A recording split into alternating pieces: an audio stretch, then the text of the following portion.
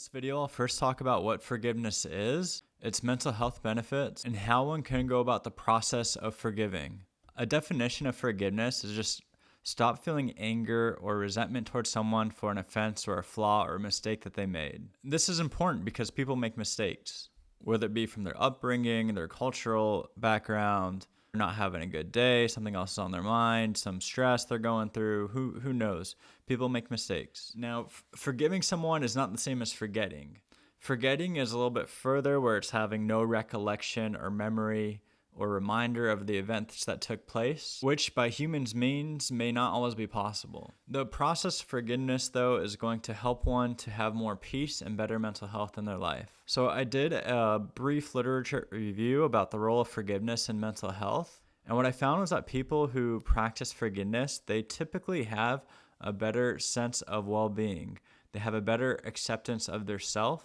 People who are forgiving have a better overall well-being, not just psychologically, but physically as well. They are more likely to accept themselves for who they are, and they're more likely going to be at peace with themselves. People who are forgiving also had better understanding of how to deal with some of life challenges. Another study from forgiveness looked at it from perspective about God forgiving someone's mistake.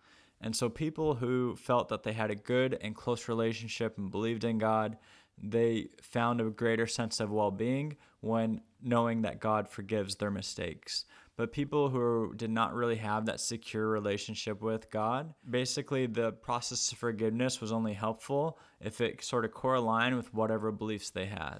But for the most part, the studies I found showed that forgiveness not only helps the victim who forgives others, but also the perpetrator who needs forgiveness. Now, there's a few ways to go about this. One way could be writing a letter to the person that needs forgiveness, and you don't necessarily have to send it to them or read it to them. Maybe just that process alone will help one to forgive. Another way could be taking an inventory about oneself. Is there anything that one did that led to the issue or that led to the problem or mistake or flaw in the other person? Or maybe someone did not do something, like did not encourage or not, that led to the problem. But most importantly, I think it's important to pray about the situation, pray about it to God. Through God can the power of forgiveness actually come. Perhaps sitting with a pastor or a priest and confessing about it. Through the process of confession can forgiveness come.